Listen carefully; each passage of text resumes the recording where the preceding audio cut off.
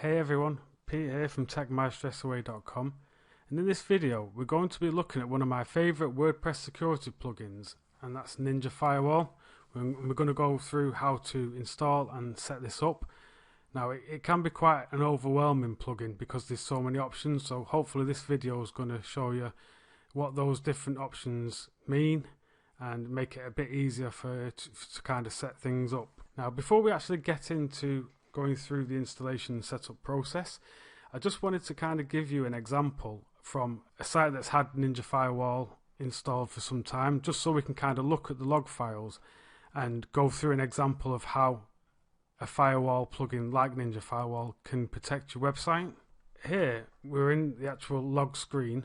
We've got the date in this section, the incident ID, the level of threat, the rule number, if there is a rule number, which we'll go into a bit more in a bit, the IP address of the attacker or what's kind of set off the firewall log, and then the actual request that was made, so whether it was a GET request or a POST request, and then just a bit of information of what that they was actually trying to do. The example I kind of wanted to share with you is, I'll just highlight it here.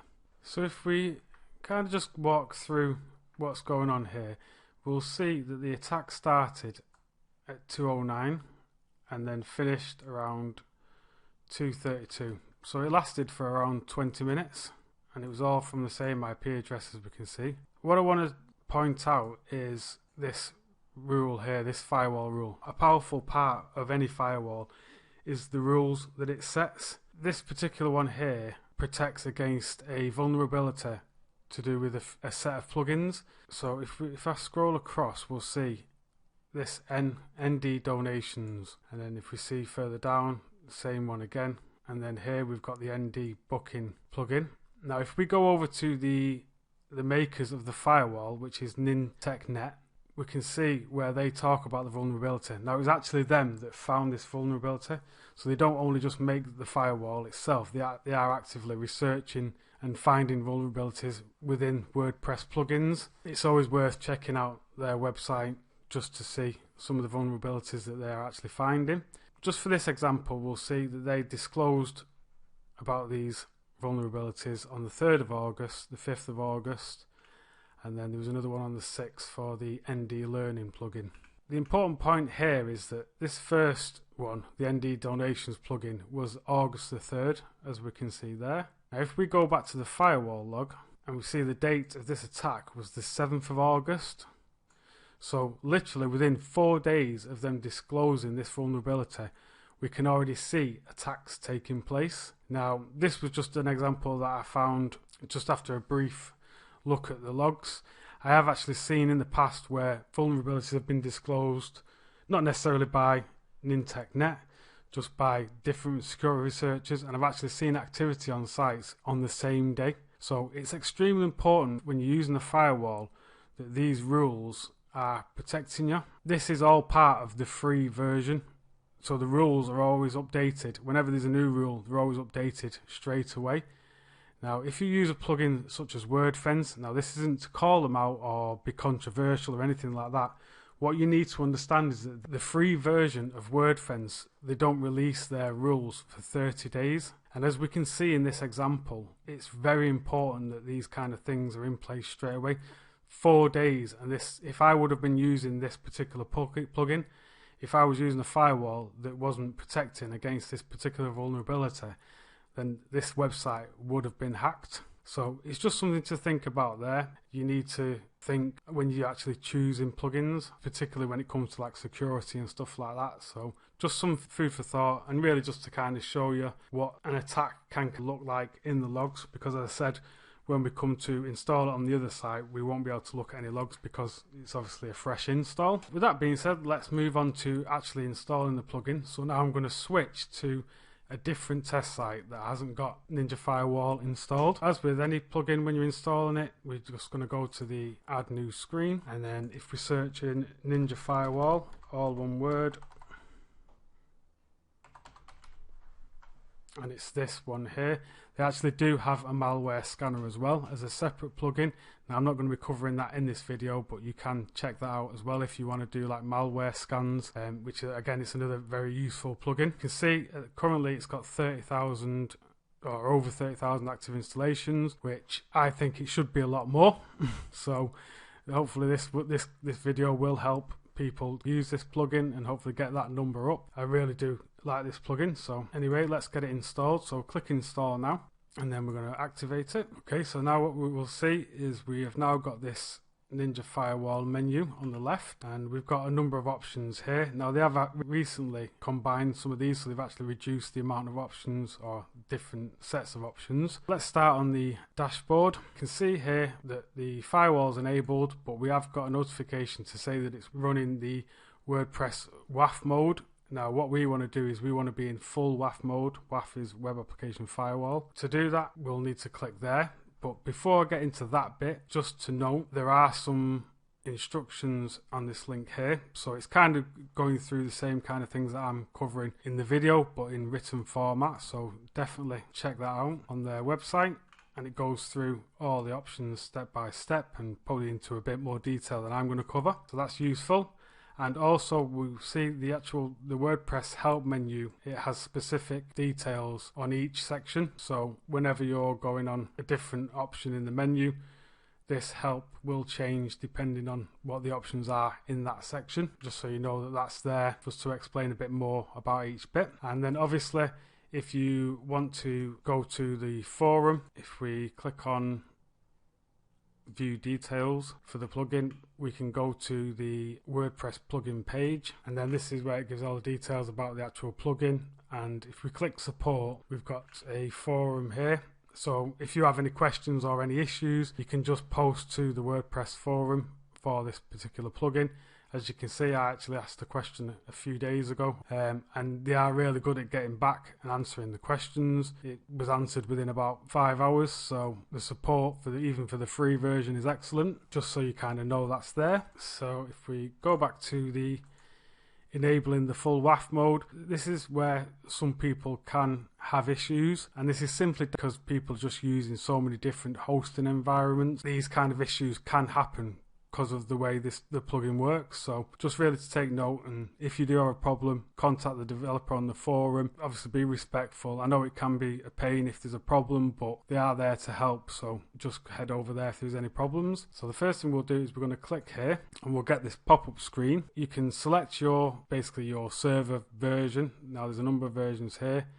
This is the recommended one. Now what you can do is, if you're not sure, you could click the view PHP info, and then we will see here under the server API, it's a CGI fast CGI, and that's what this is here, CGI fast CGI. So we're going to stick with that. There's two options here. Now there's a user ini file or a PHP ini file. You may, again, depending on the way your hosting is set up, you may have to choose PHP ini. Now, what we're going to do is we're going to keep on the recommended one. Also a note just to say that I'm using SiteGround, which again can have issues, and there's a different way to do it with SiteGround, which I'll show you here. So if you are using SiteGround, there will be something that you kind of need to do. We're going to stick with user ini and then let NinjaFirewall make the necessary changes. So if we click finish, we'll see here that we get this message saying, oops, the full WAF mode is not enabled. It's saying here, now because sometimes PHP caches any files, you may need to wait up to 5 minutes before the changes are reloaded. I know with SiteGround, even after 5 minutes, it's still not going to be in the full WAF mode, and that's because we need to do something in the actual hosting control panel. So I'm just going to log into that, and I'll show you what you need to do specifically with SiteGround. Okay, so I'm now logged into the SiteGround control panel. Just to kind of show you, if we go into File Manager, this is the site that we're working on, and we'll see here that it's created this user ini file. And if we view that file, we can see the instruction that it's put in. So as we can see, it says auto prepend file, and then this is the route to the file. Now with SiteGround specifically, we need to set up this auto prepend. So if we copy this here, like I said, this is specifically for SiteGround, so you may not have to do anything like this. It should hopefully just work for you. So this is just for SiteGround, but just in case you're on a hosting that has a similar issue. In SiteGround, we have this PHP Variables Manager. Now, if you're watching this video further down the line, SiteGround are changing their control panel to their own control panel, so they're not using cPanel no more. So this may change, maybe a different workaround later on. So that's just a note. If we go into the Variables Manager, and then if we click on the domain that we're working with, we'll be taken to this screen here. And if you just start typing in auto, you'll see we have this option, auto prepend file. Click add, and then it will paste in the location of the file. So the file that it's doing is the NinjaFirewall.php. We want to tick to apply changes to all subdirectories, and then click save. Now if we go back and refresh the firewall page, we'll see now that the NinjaFirewall is running in full WAF mode. So if you're not using SiteGround, hopefully this will just go straight into full WAF mode and you won't need to worry about all the stuff that we've just done there. Now let's just have a look through. We've got a tab here saying statistics. Now obviously again this is a fresh install, so there's nothing there.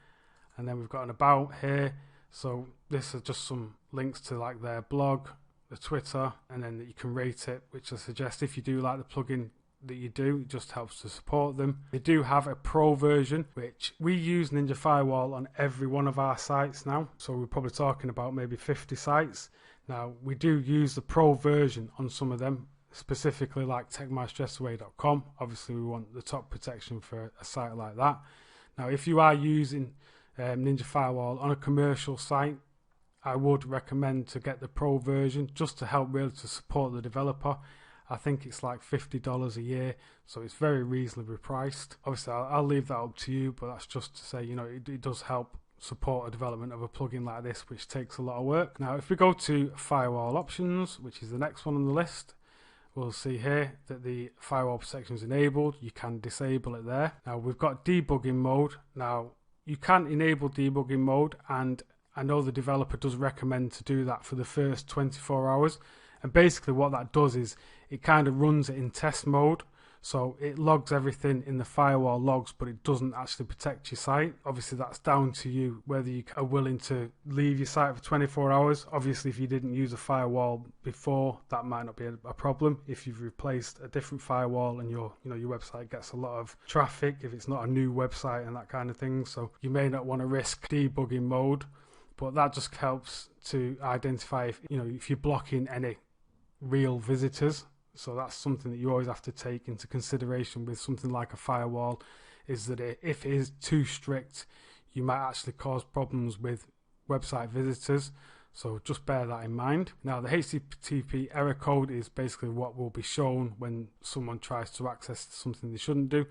The default one's fine, 403, but you can set 404 pages, internal server errors. It's up to you, but default's fine. IP anonymization means that it will hide the last 3 digits of the IP address. That's more probably to do with like GDPR. I never anonymize it because I kind of want to know what the IP addresses are, specifically if they're causing problems. There is a page that shows where you can have a message. Now if you want to change that, you can do. I tend to just leave that as the default. The last bit is the firewall configuration file. Now what you can do, and is what I've done before, is if you have a number of sites and you're going to use NinjaFirewall on all different, a few different sites, what you're probably best off doing is, particularly if the sites are all kind of set up in a similar nature and the same kind of options, what you can do is you can just set up the firewall on one site, and then you can export the configuration file. So you can download it there and then import it on one of the other sites, and basically you'll use all the same settings that you've kind of set. So that's quite handy, as I've found when I've been doing like 30 odd sites, and obviously I don't want to have to go through all the different options every time I do it. So I can just use a configuration file and then maybe just tweak things that may not be particularly useful, or I might not want on a site depending on how it's set up. So just that option's there. And also what it does is it saves the last 5 days of configuration settings. So say you've set something up but it's causing a problem and you've changed loads of different things but you can't remember what you changed, you can roll it back to a previous version. The next thing we're going to look at is the Firewall Policies. Now this is where the main settings are, if you like. So there's quite a lot to go through here, so you may need to check out the help menu, as I mentioned before, just for a bit more of an explanation, or obviously their website with their instructions. But if you just kind of follow here, I'll hopefully be able to direct you on some of the settings that may potentially cause problems. We've got here, the first option is to enable for HTTP and HTTPS. Obviously your website should be using HTTPS by now, or an SSL. It should have an SSL installed. That's one security step that everyone should be using now, like I said, so I'd leave that as the default. Next one is the uploads, so file uploads. So what you can do is you can actually disallow uploads, which tends to be how I do it, just to stop anyone other than the admin doing uploads. Now if you do have different roles, different people logging in, so say like you have like maybe an editor or an author role where people post content, just be aware that if you disallow that, they won't be able to upload files. So it'll only let the administrator upload, say like images and that kind of stuff. So obviously if it's not just you, you probably will want to allow uploads. I tend to just disallow uploads. If we scroll down, we'll leave all these ticked, and I tick this one here. Now the next one is the general, so block attempts to modify important WordPress settings. I definitely recommend having that ticked. And also what you can do is you can actually block user account creation, which I tend to have on. The only time I would say you probably don't want to block user account creation is if you have a membership type website. Now if you're an admin and you want to manually add users like here onto this menu here, then you won't get blocked. You can still set up, say like I said, an editor or another admin or whatever. You can still create user accounts. I generally block this unless it is a membership site. Now if you use like a membership plugin like Wishlist Member or something like that, then you need to have this unticked, because it will stop people being able to register for the site. The next one is we do want to block the admin Ajax PHP file. What you will see here is your server IP, so basically this is the IP of your computer, not your server. Now I've hidden this in the source code because obviously this is going to show my public IP address, but normally this will show your actual IP address. Check that. I always block user enumeration. Now with WordPress, it is, well, they don't actually basically hide usernames. So if someone publishes a post or something like that, it's generally very easy to find the username of that person. Now if you're posting as an administrator, just note really that your admin username is public, so anyone can get it. So they've kind of got one half of the puzzle. I do talk about this in the brute force attack video that I did, so you can check that out. Just to note that NinjaFirewall will protect user enumeration, but if you do publish as an admin, then it won't protect that. The next thing here, you'll see the stars next to it. Now I tend to not block access to the API, and I don't block this system multi-call method. We can see here that disabling it can cause functionality issues, especially if you use like obviously Gutenberg editor, Jetpack, Contact Form 7, that kind of thing. So I tend to leave these unticked. I do block pingbacks, which was really an old feature of WordPress but was just abused by spammers, so I block pingbacks. The next thing we can do here is block post requests to the themes folder. I generally turn that on. Now if you do have any problems, you can turn that off obviously, because we're going to have different types of setups. So I'm just going to go through what I do, and then obviously you'll have to find if you need to tweak it for your particular usage. You can force SSL for admins and logins. I already enforce using HTTPS anyway. Now obviously don't turn this on if your site hasn't got an SSL and you don't use HTTPS, because you will lock yourself out of the site. Now the next one you can do is disabling the plugin and theme editor. If we hover over plugins, we'll see that there's this option here, plugin editor. It just means that you can actually edit the source code of all the files for plugins and themes. Now I would recommend enabling this because it's unlikely that you're going to need to access that. You can also disable plugin and theme updates and installations. So this basically stops you giving you the ability to install plugins and themes. but it also does stop updating it as well, so I tend to leave this off because obviously we want to keep updating it. Disable fatal error I always set to no as well. Like I said, you can follow these links and some of them go to the WordPress website to kind of give you more details, but that's up to you. And then the last bit here is use a whitelist, so we can add the administrator to the whitelist, which is default. I generally leave it as that. Now you could do add all logged in users to the whitelist or disable user whitelist, that's up to you. So we're going to save that, and then we're going to go to the intermediate policies. Obviously the more we move on, the more advanced this stuff gets, so I tend to leave a lot of this kind of stuff as default. Scanning a get request I'll leave as on, sanitizing off. I'll leave these here. We do want to decode base 64. This is how a lot of hackers kind of hide code, so we'll leave that on. Scanning cookies and sanitizing I set to no. Obviously you can dig into this more and find out more about it. I just kind of want to try and do a general setup because these kind of things can cause issues, and especially if you don't really know what you're doing, it can cause problems. So I just tend to leave this as default, leave all these set to yes, and the HTTP referrer variables as well, leave them the way they are. And the last one, yep, we'll leave all this as well. So everything on there I tend to leave as the default.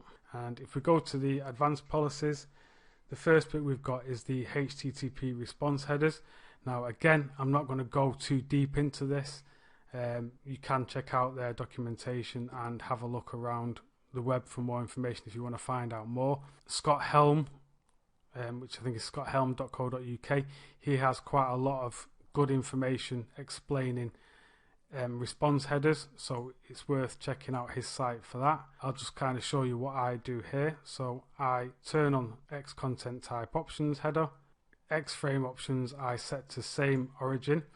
Now one thing to mention with this here is if you do set this to deny, I've noticed that if you use stuff like page builders, so we use like Thrive Architect or probably like Elementor or anything like that, deny will probably cause problems with that. So I tend to leave that as same origin. The XSS protection, so cross-site scripting protection, I set this to 1, which basically just means to enable it. Again, you'll have to check to see if actually blocking causes any problems, but I just generally set this to 1 just to turn it on. I do set the same site flag, but I tend to do that as lax rather than strict, because again I've had issues in the past where that's caused problems, so just check that out to find out kind of what that does. I do turn on the forcing HTTP only flag for all the cookies. The next one, I tend to set this to 1 year, which is the strict transport security. You can apply that to subdomains. This content security policy is quite powerful, but it can potentially cause a lot of problems.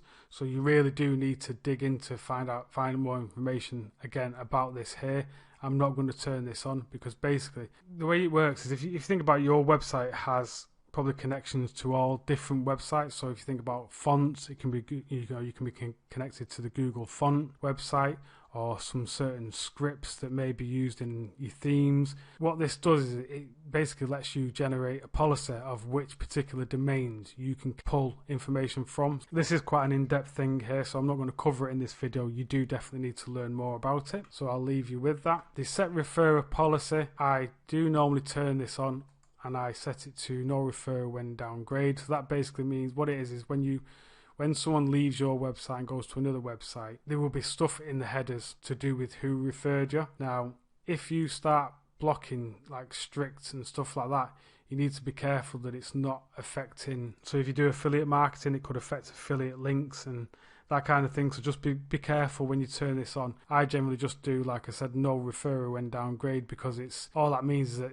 just don't send any referrer information if you're going to a non-secure website. So if the website's using HTTP instead of HTTPS, then no referrer will be sent. But other than that, then it just sends it as normal. Again, like I said, just be careful if you do stuff like affiliate marketing and maybe stuff like pixels and that kind of thing. Just be careful with this option. The block PHP, leave that on as yes, and the I generally tick the cookie one, leave all this as yes, leave them as standard. There's nothing there, so we'll save the firewall rules. Just don't forget to save, otherwise you're going to have to go through and tick everything again. Now the next thing is the monitoring. So this is another quite powerful feature called File Guard, and what that will do is it will, as it says here, monitor file activity. So if something is accessing a PHP script that was like modified or created less than 10 hours ago, it will notify you. If you think about this, if say like a hacker uploaded a file to your website and then accessed it, it would give you a notification. So one of the main things with security is that not everything, is secure, and it's very difficult, if in fact it's probably impossible to 100% secure, especially a WordPress website, because there's so much going on. One of the things you have is that you need information, and that tends to be what this kind of plugin does, is it gives you warnings and lets you know when things are happening. So one part that can kind of help you here is notifying you if a script's uploaded and accessed. Definitely turn this on. You can exclude things here. File check will basically check if any files are updated or modified as well. So this will go through your whole file system. So I tend to if you just create a snapshot, and this basically gives it something to work from. And then what you can do is you can then do like a daily scan, and then if something does change, it will send you a report to let you know what changes are detected. Now obviously when you install a new plugin or update a plugin or something like that, it will give you a file with a list of loads of different files that have been changed, because obviously that's what happens when you update or install a new plugin. So just be aware of that. And then if we save the scan options, that'll just run on a daily basis. The anti-malware is the Ninja scanner that I mentioned before. So to use this option, you need to install the Ninja scanner first. So we're going to go past that. Event notifications.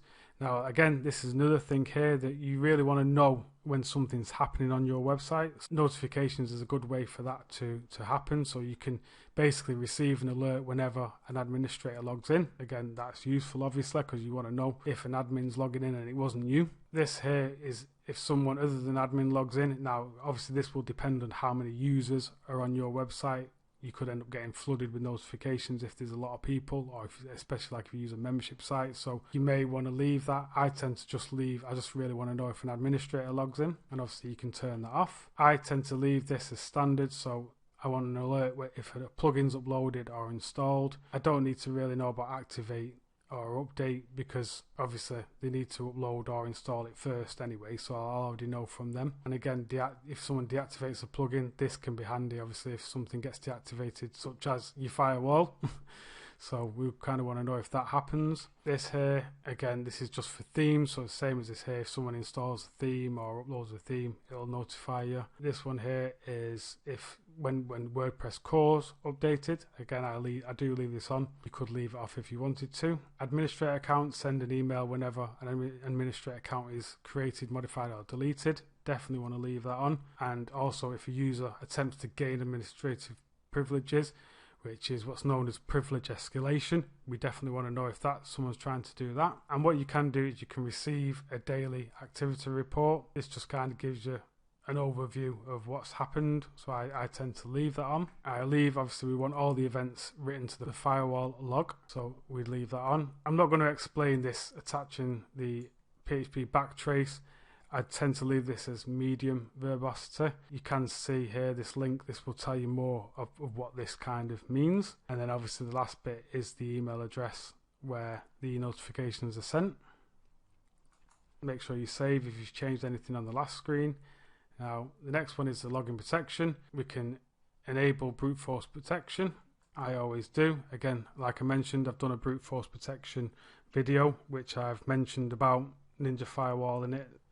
So you can have a look at that to look at more about brute force attacks. What I tend to do here is leave this as a capture image. So what you can do is you can set it so for someone to access the WordPress login page, what you use to log in, you can actually set another username and password. So someone would have to basically log in with two different logins. Obviously that's not good for usability. So I tend to just use a capture image, which what it does is when on the login screen, it just puts a captcha page over it, and then they have to enter a simple captcha, and then that bypasses it. But what you can do is you can do it when under attack, which is what I tend to do. You can always enable it, but I tend to just do this option here.